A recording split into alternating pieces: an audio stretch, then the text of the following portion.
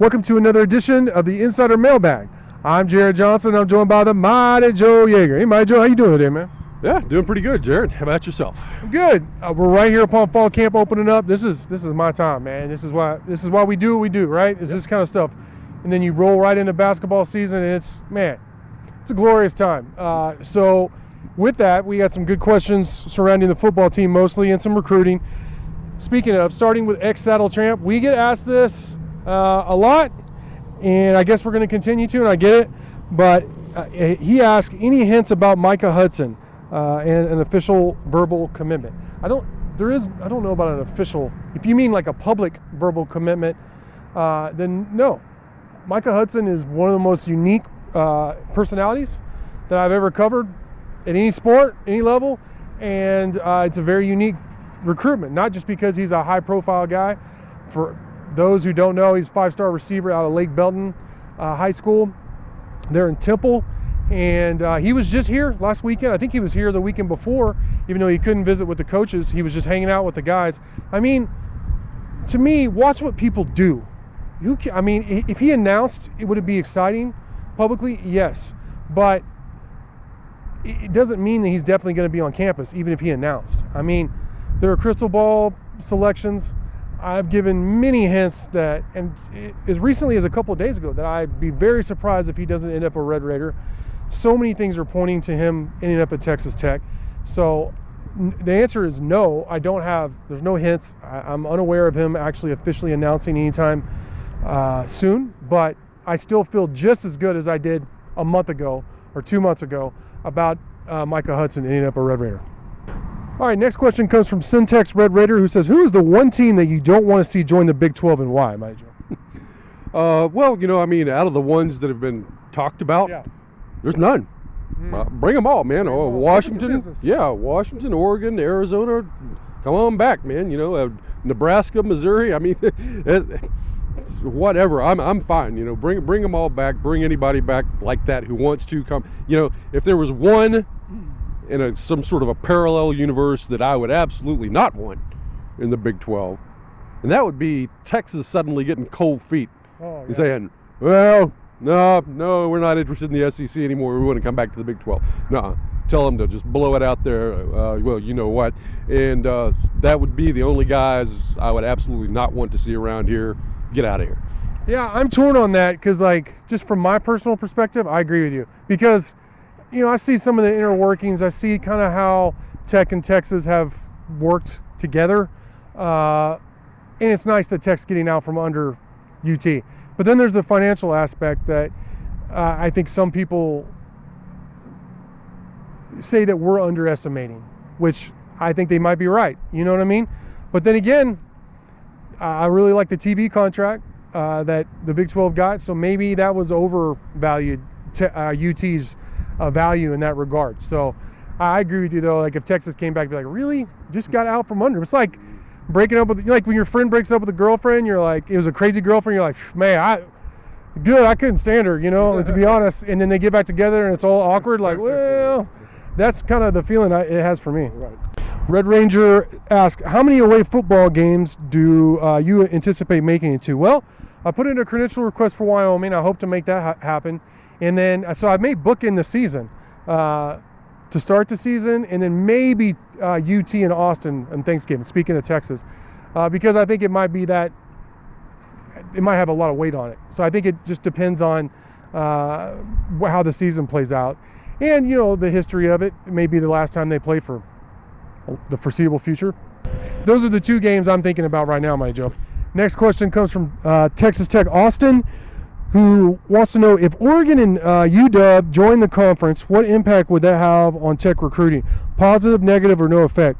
Thought process behind your answer. Yeah, I don't know that it would have a big impact, to be quite honest, just because, regionally they're so far away. Does Oregon and Washington to a lesser degree, do they draw recruits from Texas already? Yeah. Especially Oregon. So I don't think they're going to really just dive in and just take all your recruits. And I can't think of if there's a specific recruit in Oregon or UW James Blanchard and Joey McGuire are going to go try and get him already. You know what I mean? It's not like that's going to change things. So that's my thought process. Is I think it would be great in terms of the only way I could say it would affect is it just further strengthens the Big 12. Those are two brand schools, two rivals. They bring their rivalry to the Big 12. I think it would make the conference even better. So that might make the conference look better to recruits. All right, next question comes from Radio PD, who wants to know, which game are you least excited about this year? Tarleton. Yeah, I mean, that's an easy one. Yeah, I mean, obviously, I understand scheduling the cream puffs, in basketball and football, but I don't like it, man. I understand why they're doing it. I just don't like it. I just don't think it provides much value for the fans. I see why they're doing it, but yeah, not too crazy about it. And so he's my radio producer and my buddy, so I'm going to go ahead and ask another one of his questions.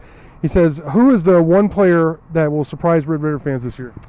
Yeah, how much of a surprise, I guess, remains to be seen, because we certainly have been pumping him up quite a bit. It's Steve Linton. Oh, yeah. Okay, now, people know about this guy.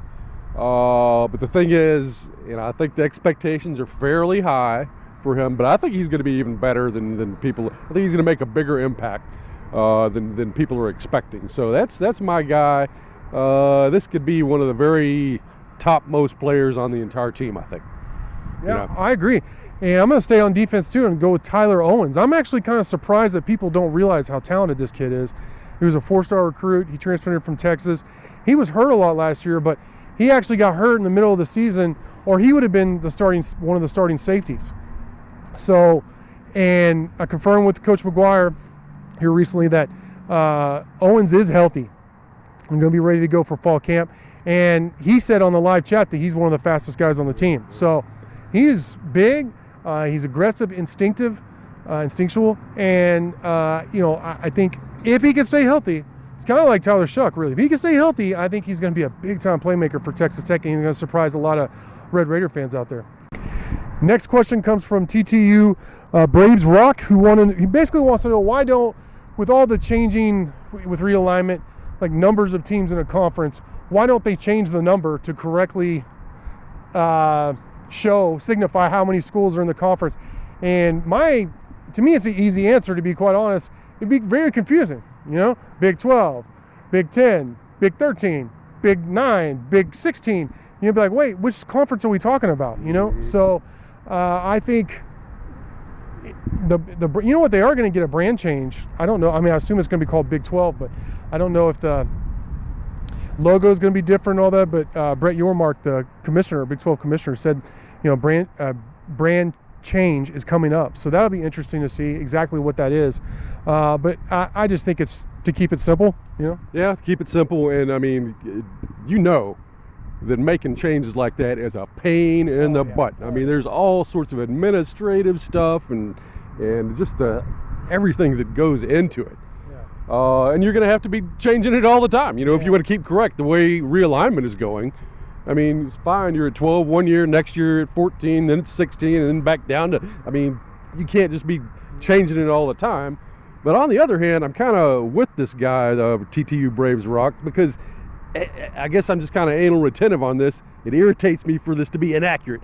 To call it the Big 12 and there's 14, it just bothers me, So, I mean, why not come up with something that's kind of just more generic, and you can't go geographic anymore either, because that's constantly changing either, all the time as well. So you can't go that route. Call it something just like the Big Super, this Big Super, I mean, everybody seems to love big, and super is kind of a generic term that is positive, and it doesn't have to change. And so, I mean, why not? The Big Super. I don't know. I don't know if I can roll with you on that, Monty Joe.